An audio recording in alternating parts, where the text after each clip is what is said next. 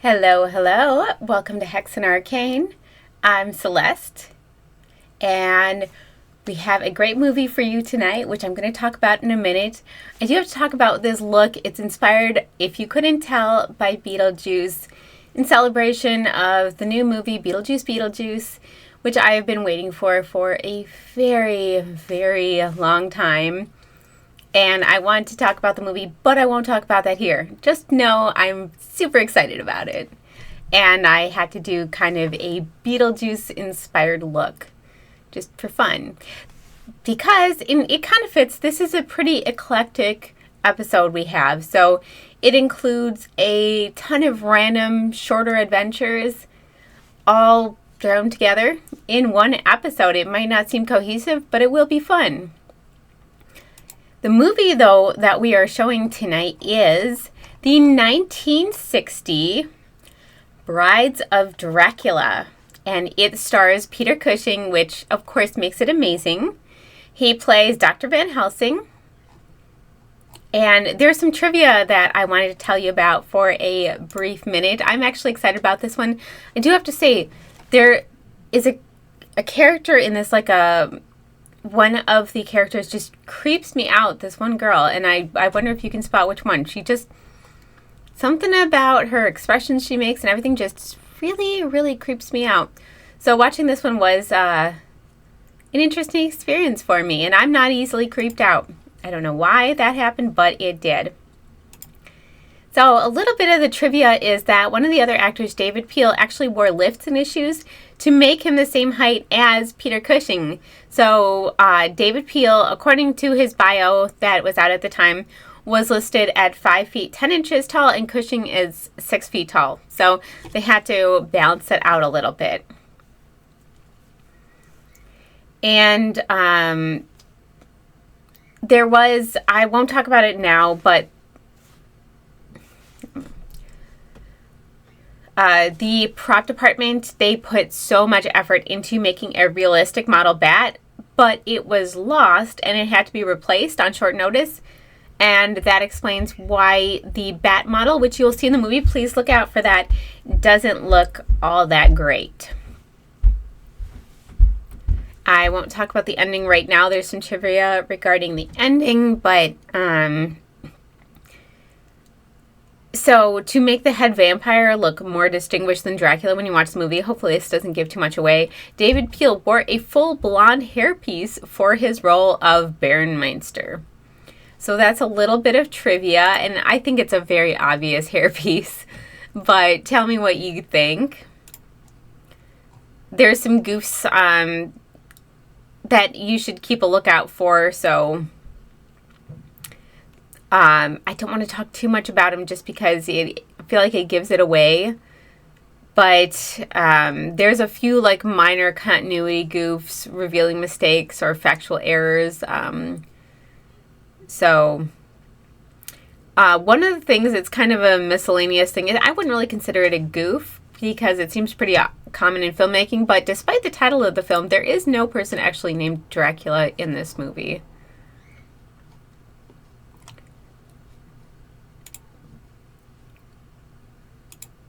So on some of the adventures I'm going on, I had to go, unfortunately, in disguise for a lot of it. So I kind of have a standard disguise I've been using, more or less. There's been a few, but I kind of been sticking to one look until I get in trouble with that one, and then I can switch to another one so it's less obvious.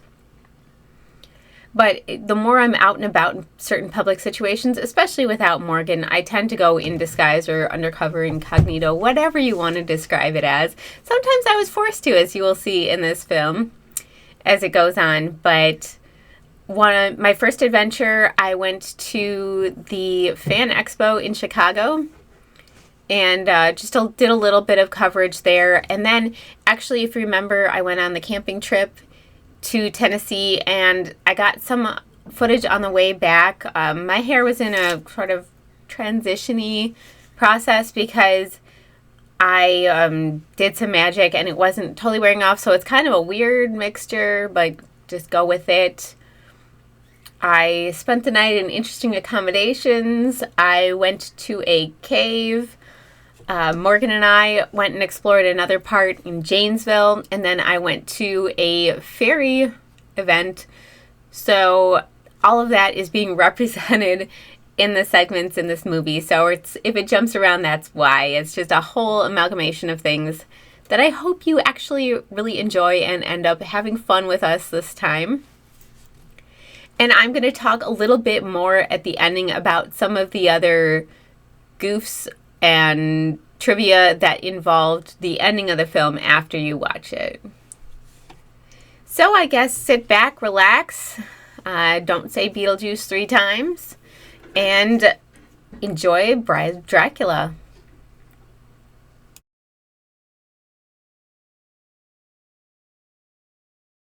I'm in the line to meet William Shatner.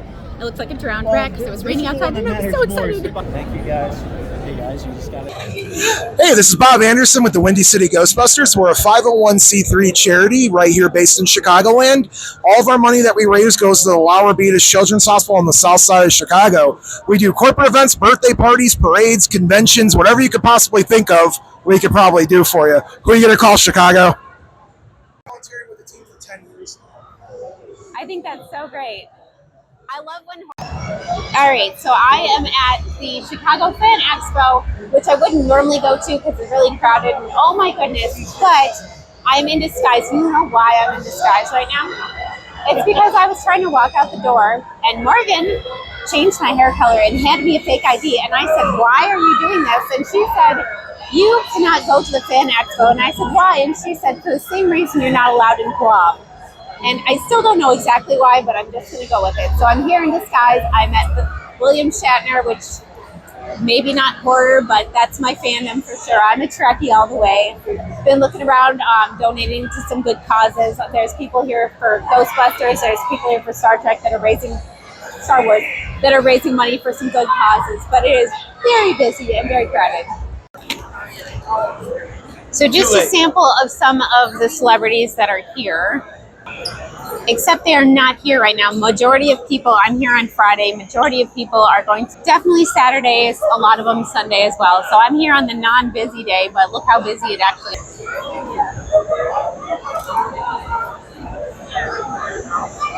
I did not have to wait in line long to see Shatner though, so that was pretty good. I'm pretty happy about that.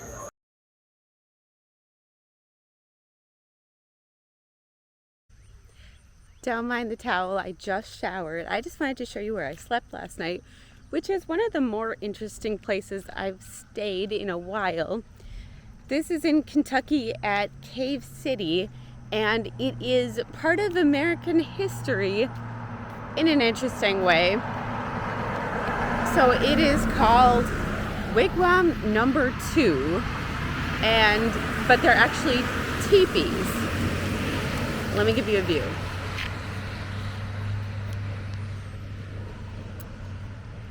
So this is all the original stuff. This was built in 1937, I think to capitalize on the interest in Native American culture at the time.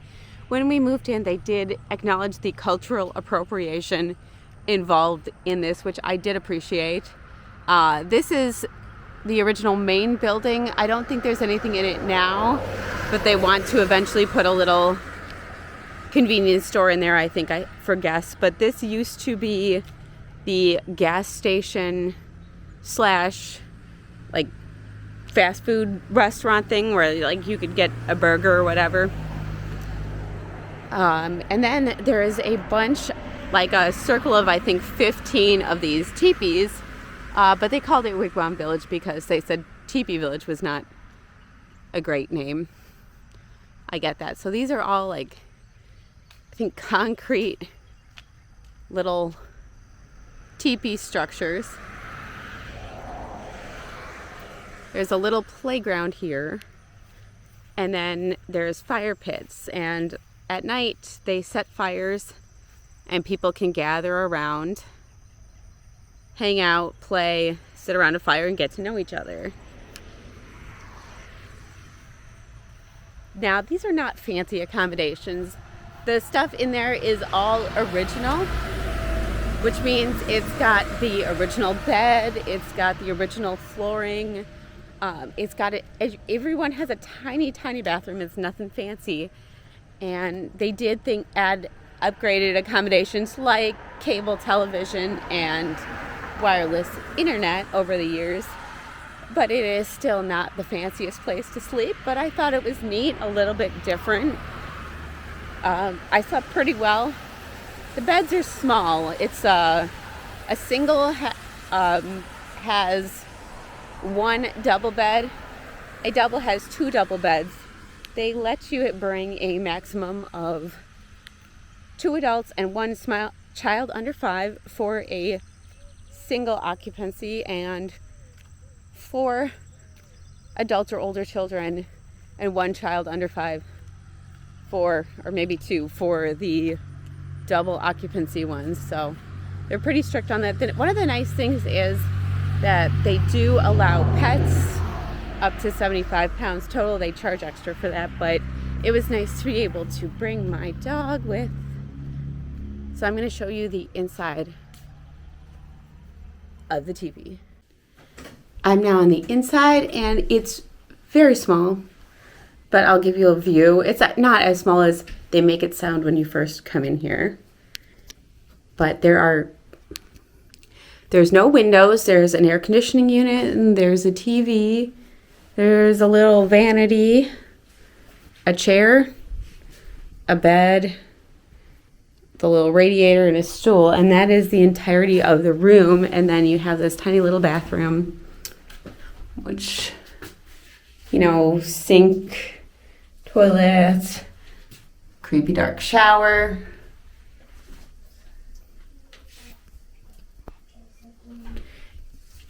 And that's it. But it's been a really fun experience. It's been a little different, so I've enjoyed myself a lot. And I don't know that I would stay here every time I was in town, but for a one-time experience, I thought it was pretty fun. I'm about to head into Hidden River Cave in Cave City, and this is one of the only caves that lets you bring dogs, so that's pretty cool. I get to bring my dog with, and that's why I picked to go to this one. So this cave is also known by the locals as Horse Cave because supposedly it was found when a horse fell into a sinkhole here. There's been some tours since the late 1700s, but officially since the early 1800s. And it may be haunted by the ghost of a little girl who was either slaughtered or got lost in here. Some people have seen a ghost of a little girl. So we're going to go and look and see what we can find. I'm headed down into the cave right now. There's the outside, some stairs. Apparently there's a ton of stairs here. So that's fun.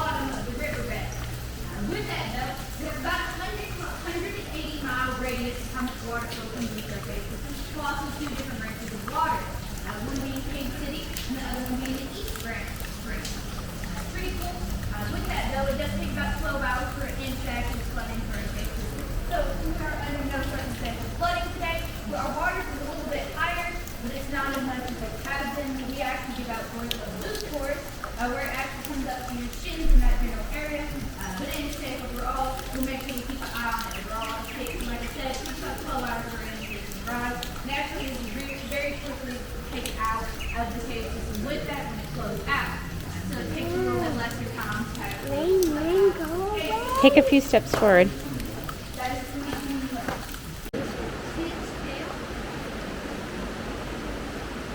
There's a salamander.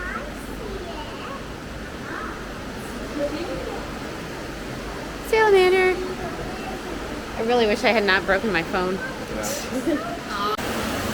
You probably cannot see anything or hear anything, but this is an underwater river in the cave.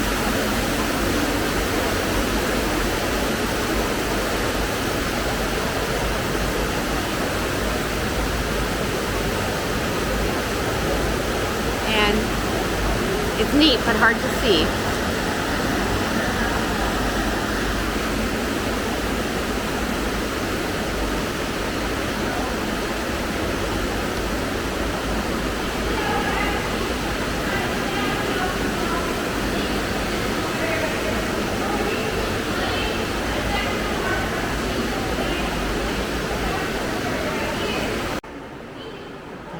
Dog prints right there. It is very dark. This is not a very developed cave in that it's not so touristy. But I went across I guess what's the only underground suspension bridge. That was a little scary because it was moving a lot. It was pretty cool too. And it's unbelievably dark in here. There's a little light, so obviously it's not pitch dark, but it's really dark.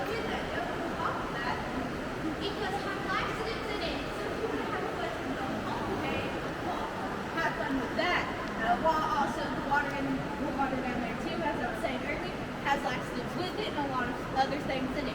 So I recommend do not drink the water with it. But with that though, it actually gives a little bit more. It's actually hard for a cave system to actually have formations and stuff like that. Glowstone is so pretty, isn't it? How does it glow in the dark? I don't know. The bloopers. But with that, if I don't see that in the movie, it's getting a 1 rotten tomato for me on Rotten Tomatoes. But with that though, it is pretty cool. It is called the Leech or the Leeching. It's one of the two. But it's pretty cool to overall know that our cave system has been filmed for a movie. We just like to mention that overall, just in case people would like to see that. And it's just something interesting to see overall. But with that though, I would like to point out one more thing in this dome room, and it's this little marker right here. This little marker is that 2021 flood, meaning that this whole area was completely submerged underwater, with your only 2 safety rocks being this one right here and this one right here. And I don't even know 110% that this one would keep you safe. So I wish you luck if you got stuck back here. It took about a week to flood out of this cave system because of how high the waters were. With that though, have fun drinking that laxative water and having a fun time using the same water that you're drinking out of to use as your restroom. But with that though, it is pretty cool overall to know how submerged this area right here was. But we promise you today you can make it out of this before that happens. But with that though, I will ask if you'll have any questions or think anything of a question that might seem dumb. I can promise you that it is not. What's up? Where in the cave were people normally seeing the ghost? This room, so this pathway, okay. So typically people see the little girl through this little pathway right here. It's the darkest area that we actually have in our cave system. But typically most people feel more of an instance of like chills and stuff like that in the second dome room that we have. The last one being this little dome room, but the most experience we've had is this little area right in here with this pathway. How much of the chills can be attributed to the temperature of the cave? See, I don't know 110% with that. I haven't heard a lot. I just heard about some people having experiences. We've actually had some people that came in and specialize in stuff like that, and people seeing orbs with their cameras and stuff like that, not looking like just dust, like actual light orbs and stuff like that in the air. I'm back out of the cave now. Where we were standing in that final room, that giant domed room, I don't know if you could hear the tour guide talking, but there was a horror movie scene, at least part of one filmed down in that room, so it should be upcoming Leech or Leeching. I'm gonna look it up and check it out, see if it's any good. Also, she was talking about there's a story of the little girl that might be haunting, and that right before that big room is, and in that big room is most commonly where she's seen. Also, they had some investigators in there. They've caught orbs, if that's your thing and you believe in orbs. Also, they said that they detected a spirit of somebody who had been strangled there. So, and that other people, especially in the second room, have felt like really cold spots or chills, which to me, the whole thing was kind of cold, so I'm not sure how much of that would be attributed to the natural temperature of the cave and how much of that would actually be a paranormal experience. Since I didn't have one down there, I'm very open to hearing feedback from people who may have. But it's either way very interesting. It was fun going through in the sinkhole, and I liked that the cave was not touristy. There were lights so you could see the way, but a lot of it was very dark. I couldn't get much footage down there, which was actually kind of cool because it made it seem like a more authentic spelunking experience. I would never call myself a caver because I don't have that kind of experience, so I will say I was spelunking.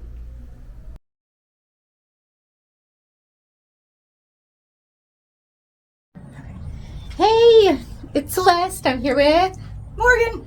And so we're kind of incognito right now because DJ Clueless Celeste and Salty B may have had a little tour on the West Coast that may have entered angry people and, you know, pitchforks and angry mob. And so we're kind of hiding out. I'm sorry, our Celeste. hair's very identifiable, so we thought the easiest thing to do was change our hair.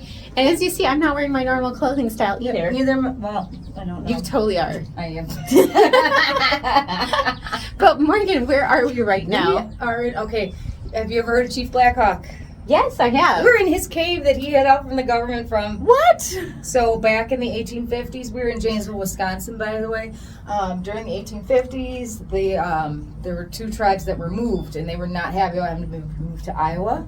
So they let this band of them de facto from what was moving on. You know, the government was moving them, and Blackhawk hid out in this cave, and they were, as you can see, the river is right there. So guess what? The government's coming at. Yeah, so Yeah, here's the river. It was a good vantage point. And then here's Morgan. And here's the cave. It's not a huge cave. No, But it's not very cozy. big at all. They cleaned this up actually really nice because we're feeling this. To the kids of Janesville from the 70s, it probably even before that. If you lived out here, you at least partied in this cave once if you're part of the party crew. So, I've partied in this cave. But they redid it now. Like you used to, I was telling Celeste, it was almost like some of the Lost Boys, like how you had to get down in here. And I showed her the old path. And now they redid all this. It looks really nice, and they cleaned it up so it's no longer a party pit, so to say. I'm going to go get a view from outside. Yes. So, climbing down here.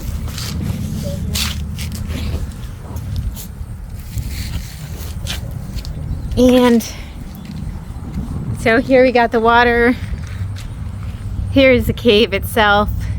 There's a cliff top up there. You can see that's where we just were. It still smells like tea in this corner. Oh boy. I am at Fairies in the Forest, which last year was World of Fairies, and I think it's gotten a little smaller this year. Still really fun, but I turned myself into a fairy, and I am here observing the event, and it's really fun. There's vendors. Vendors are all over here. Then there's some music over here. All right. So yeah, if you're a fan of the band The Water Boys. And just getting some food, then I'm going to walk around. They have face painting, lots of cool stuff to see. Bubbles for the kids. I think there's some crafts, so we're going to check everything out.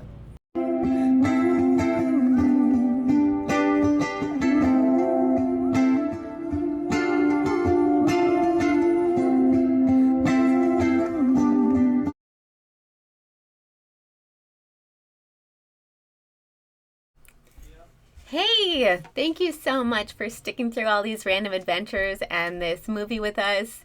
It was a really good time. I actually, despite being super creeped out by one of the actresses, really enjoy this movie, so that was a good time for me. I did want to talk about a little bit about the ending, as I told you I would. So for the film's climax, Peter Cushing and the director, who is Terrence Fisher, they had differing opinions over how it should be done.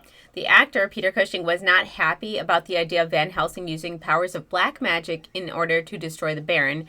He thought that ending of using black magic would go against everything that his character represented. So they had some creative differences there.